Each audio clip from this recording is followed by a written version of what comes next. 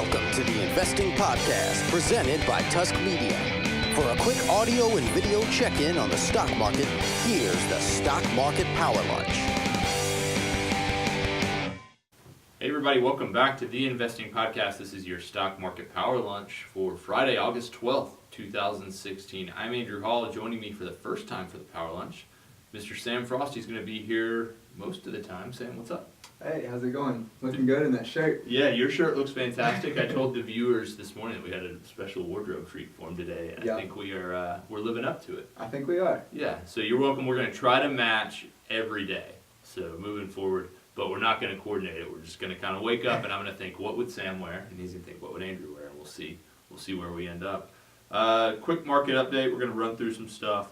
No Olympic update right now. We're actually going to do an Olympic update later this afternoon. So check back, special bonus video, just Olympics.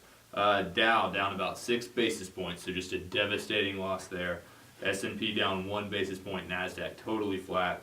Global Dow down 1. Gold is up 67 bips, so 2/3% to $1,359.20 per ounce. Oil up another almost 1.5%, trading at $44.12. Another story, kind of breaking through a little bit of resistance. We've seen oil kind of hover in that $43 range for a couple weeks. Yeah, like. And I think it's a lot due to Saudi Arabia came out and said that they're willing to discuss trying to stabilize the market and some OPEC meetings coming up. Yeah, we'll see. I feel like talk is cheap when it comes to OPEC and these oil-producing nations, but we'll see what happens. A lot of economic data came out.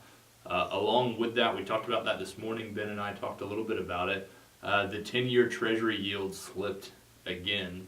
It's now at 1.49%.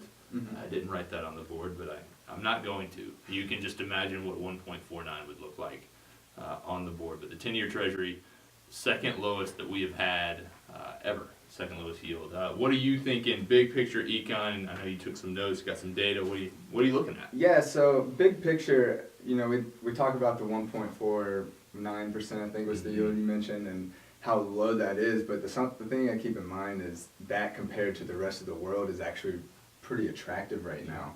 And so we could see that, even continue to slip farther.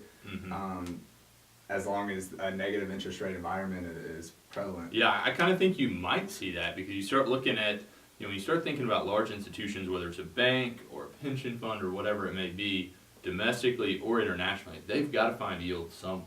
They want to anyway. And so I think you could legitimately see that continue to slide down a little bit. Yeah, I agree. Anything else you're keeping an eye on? Any crazy numbers? Not really. It's it's kind of been a quiet day in the market today. It's really quiet. Market's basically flat. Yeah. So we're not just misrepresenting the day. Yeah. The only thing that's a little bit disappointing, and like you said, you and Ben talked about this morning, the retail sales were flat, so they kind of missed estimates of being up. I think 0.4% was the estimate. And I don't know if y'all mentioned that was driven primarily by the autos. Yep. Auto sales. Autos took a hit, and that wasn't necessarily a surprise. We've talked about auto sales lately and just some of the challenges, especially as it relates to individual companies. We've talked about Ford out here. We've talked about GM. But yeah, it just makes a big dent. Yeah, and the interesting thing is if you remove the auto sales, then they actually retail sales shrunk, which isn't a great sign. Yeah.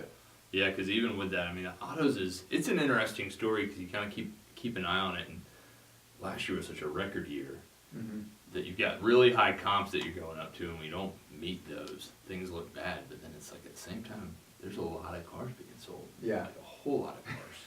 And there's the disappointment that comes with a whole lot of cars not being a whole lot of cars plus one. So kind of an odd dynamic there, especially as it relates to the broader retail picture.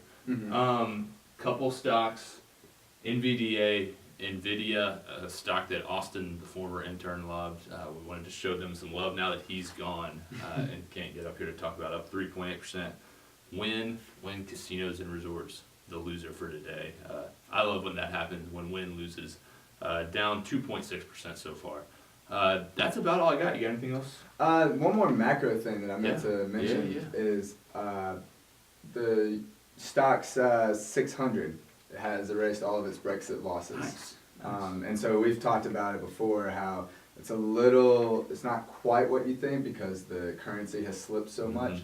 So on a real basis, hasn't quite fully recovered, but at least on a nominal basis, it's a pretty good sign. Yeah, that's a good thing to keep an eye on. That's all we got. Like we said, we're going to be back in about an hour or two, something like that, with an Olympic update. You guys have a great weekend, but stick around, hit subscribe. We'll be back in a little bit. Tusk Media is a subsidiary of Narwhal Capital Management. Ratings and reviews of Tusk Media content are not to be construed as endorsements of opinions, analysis, or services offered by Tusk or its parent company. The opinions and predictions shared here are our professional beliefs at the time of publication. We are not under duress from any of the corporate entities mentioned. This is not a solicitation to take any particular action. Although we are investment advisors, this information should not be considered investment, legal, or tax advice. We strive to be as impartial, insightful, and accurate as possible. We base our opinions, analysis, and calculations on information we believe to be reliable, but we cannot guarantee its accuracy. We can, however, guarantee that our opinions will sometimes be flat out wrong due to a variety of factors. Employees and clients of Narwhal Capital Management may or may not hold positions in the securities detailed and may or may not hold these positions in the future. A full list of all securities purchased, sold, or held during the 12 months preceding the date of this publication can be provided upon request. Unless otherwise noted, all data accessed via MarketWatch or the Bloomberg terminal. Past performance does not guarantee future results. A copy of Narwhal's Form ADV is available at the SEC's website, www.advisorinfo.sec.gov, or from Narwhal upon written request.